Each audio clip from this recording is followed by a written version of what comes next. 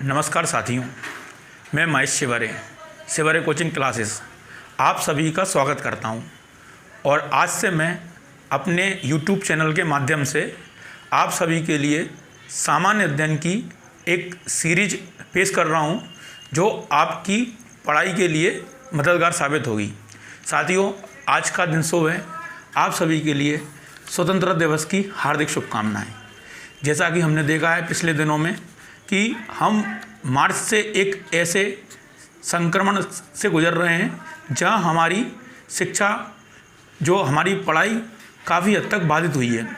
इसी बाधित पढ़ाई में हम पढ़ाई की एक नई शैली विकसित करके, जिसमें हम अपने सोर्सों का उपयोग करेंगे, स्व अध्ययन प्रणाली को विकसित करेंगे और एक प्रकार से सेल्फ नोट्स बनाने की एक प्रक्रिया चालू करेंगे, ताकि आप किसी लंबी पढ़ाई या लंबे उद्देश्य को हासिल करने के लिए शून्य से लेकर शिखर तक पहुंच सकें। साथियों, आपसे एक निवेदन है कि आप मेरे इस वीडियो को लाइक करें, शेयर करें और जो बेल आइकॉन लगा है उस लाल घंटी को दबाकर इसको सब्सक्राइब करें, ताकि ये ज़्यादा से ज़्यादा लोगों तक पहुंच सके। साथियों, आपने देखा होगा कि अभी 2 से 3 दिन पहले ही हमारी नई शिक्षा नीति को लॉन्च किया गया है। इस शिक्षा नीति से ही हम अपनी पढ़ाई को जोड़ने की कोशिश करते हैं। आज देखा गया है कि वर्तमान में जब प्रतियोगी परीक्षाओं के दौर में एक शिथिलता आ गई है, तब युवा वर्ग रोजगार के लिए परेशान हो रहा है। तो हमारी जो अभी की एजुकेशन पॉलिसी आई है, उसमें एक बेहतर बात हमने ये देखी है कि व्यक्ति को रोजगार के लिए प्रेरित करने के उद्देश्य से 6th स्टैंडर्ड की क्लास से ही उसमें व्यावसायिक शिक्षा का प्रावधान किया गया है। और साथ में व्यक्ति को मौलिक जो मूल्य हैं उनसे जोड़ने के लिए उसमें नैतिकता, ईमानदारी, संवेदनशीलता और अन्य ऐसे गुण जो उसकी संस्कृति और संस्कार से जोड़ सकें, उनका बेहतर तालमेल किया गया है।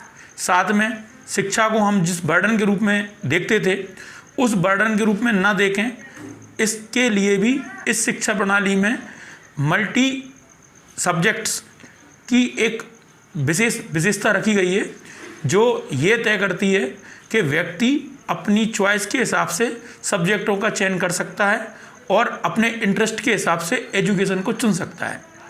मेरे आगे आने वाले वीडियो में इस शिक्षा प्रणाली के बारे में विस्तार से चर्चा की जाएगी। अभी मेरा इसको समझाने का उद्देश्य ये था कि हम जो पढ़ाई करते हैं, उस पढ़ाई को हम एक बोझ की तरह पढ़ते हैं, जिसके कारण हमारे कॉन्सेप्ट्स क्लियर नहीं हो पाते हैं और पढ़ाई के लिए हम वो आधार नहीं जुटा पाते हैं जो किसी भी एग्ज़ाम की रिक्वायरमेंट होती है। जैसे कि हम किसी बड़े एग्ज़ाम की तैयारी करते हैं, तो हम कोई कॉलेज की किताबें या फिर हम किसी और प्रकार की प्रकाशकों की किताबों में से उन चीज़ों को ढूंढने की कोशिश करते हैं, जो चीज़ें मूलतः हमारे 6वीं से लेके 10वीं तक के कोर्स में होती हैं। देखिए, जब भी आप किसी तैयारी को करते हैं, किसी भी एग्ज़ाम को, चाहे वो PSC हो, चाहे SI हो, चाहे IAS हो, उसमें एक बेसिक कोर्स की रिक्वायरमेंट होती है।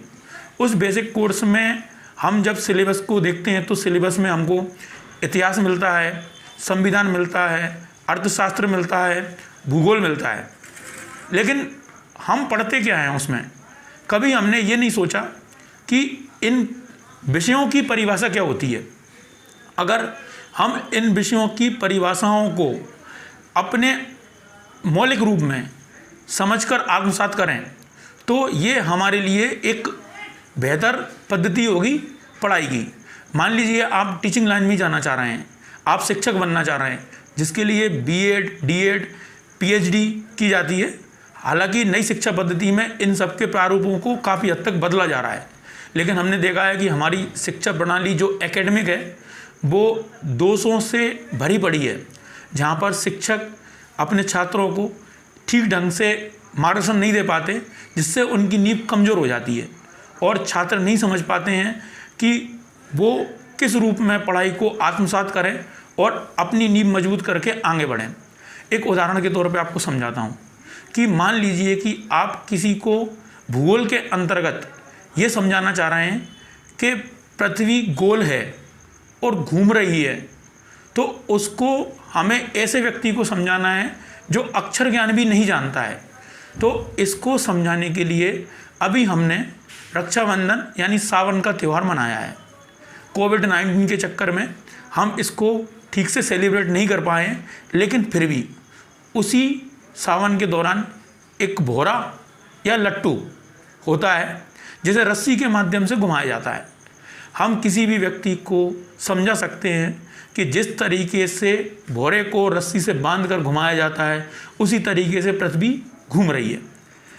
साथियों, इसी के दौरान अगर किसी व्यक्ति को ये भी हमको परिभाषित करना पड़े कि भूगोल क्या है, तो इसकी परिभाषा को किसी किताब में से ढूंढने की आवश्यकता नहीं है, बल्कि इसको सरल भाषा में हम समझ सकते हैं कि भूगोल यानी भू यानी पृथ्वी, और पृथ्वी के अध्ययन का ऐसा विज्ञान जो विशाल है, जो विकास के अनुरूप है, जिसके अंतर्गत हम पृथ्वी की आंतरिक बाह्य संरचना, पृथ्वी से जुड़े हुए सौरमंडल के ग्रह, इसके अतिरिक्त हम पर्वत, पठार, मैदान, जलवायु, इन सब का जो समग्र अध्ययन करते हैं उसको हम भूगोल के रूप में परिभाषित कर सकते हैं। इसी प्रकार से अगर हम किसी को ये समझाना चाह रहे हैं कि संविधान क्या है, तो इसकी कोई पुस्तकीय परिभाषा के बजाय हम इसको घर में महसूस कर सकते हैं कि जिस तरीके से हम अपने घर के संचालन के लिए कुछ नियम, कायदे, कानून, विधान तैयार करते हैं, जो हमारे घर के मुखिया यानी हमारे फादर और उनके पहले उनके फादर और उनके पहले उनके फादर या जो सत्तासीन थे उनके द्वारा तय किए गए हैं, उनको हम फॉलो करते हैं और उन नियमों में जब कभी हमें कमी दिखती है तो उनको हम सुधारते हैं। इसी प्रकार से हमारा संविधान होता है। संविधान मतलब ऐसा विधान, ऐसे कायदे, ऐसे कानून, ऐसे नियम जिनकी द्वारा देश के शासन प्रशासन का संचालन किया जाता है, उसको हम संविधान के रूप में परिभाषित करते हैं। वर्तमान में देखा गया है कि हम इस बेसिक पढ़ाई से दूर हैं। इस बेसिक पढ़ाई को हम शुरुआत करके जो अंडर ग्रेजुएट स्टूडेंट हैं वो एक अपनी मजबूत नींव तैयार करके अपनी पढ़ाई को एक दिशा दे सकते हैं। अभी अगर हम करंट टॉपिक की बात करें स्वाध्ययन के लिए, तो देखा गया है कि कोविड-19 के दौर में हम किन किन चीज़ों को छू सकते हैं। एक, इस महामारी के कारणों को ढूंढ सकते हैं, इस महामारी के प्रभावों को ढूंढ सकते हैं, और इस महामारी का एक प्रभाव हमारी अर्थव्यवस्था पर भी पड़ा है। ऐसा माना जा रहा है वर्ल्ड बैंक की रिपोर्ट में, IMF की रिपोर्ट में, एशियन डेवलपमेंट बैंक की रिपोर्ट में कि द्वितीय विश्व युद्ध के बाद न केवल भारत की अपितु विश्व की अर्थव्यवस्था ने ऐसी मंदी पहली बार देखी है जो अभी तक 1947 जब भारत आज़ाद हुआ है या सेकेंड वर्ल्ड वार 1945 में ख़त्म हुआ है, तब से लेकर 2020 तक नहीं देखी गई थी। यानी हमारी अर्थव्यवस्था काफ़ी हद तक एक प्रकार से अपनी कमज़ोर अवस्थिति की ओर बढ़ रही है। तो हमारे लिए अध्ययन का विषय ये भी हो सकता है कि कोविड के प्रभाव हम पर क्या पड़ रहे हैं। ये मेरा अभी पहला वीडियो है अपने चैनल पर।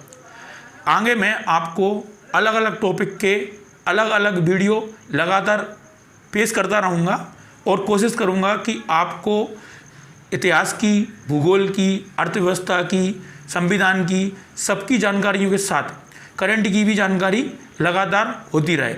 आप लगातार मेरे से जुड़कर मेरे इन वीडियो को देखें और अपनी पढ़ाई के लिए एक दिशा देने की कोशिश करें। समय के साथ में मैं आपके लिए सिविल सर्विस की पढ़ाई के लिए अनिवार्य पुस्तकें, नोट्स बनाने की शैली, पढ़ाई की रणनीति, इन सब के बारे में समय समय पर चर्चा करूँगा।